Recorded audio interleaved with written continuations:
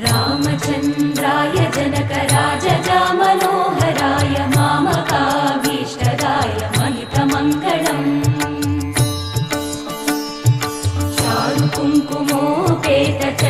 चारुकुङ्कुमोपेतचन्दनानुचर्चिताय हारकटकशोभिताय भूरिमङ्गलम्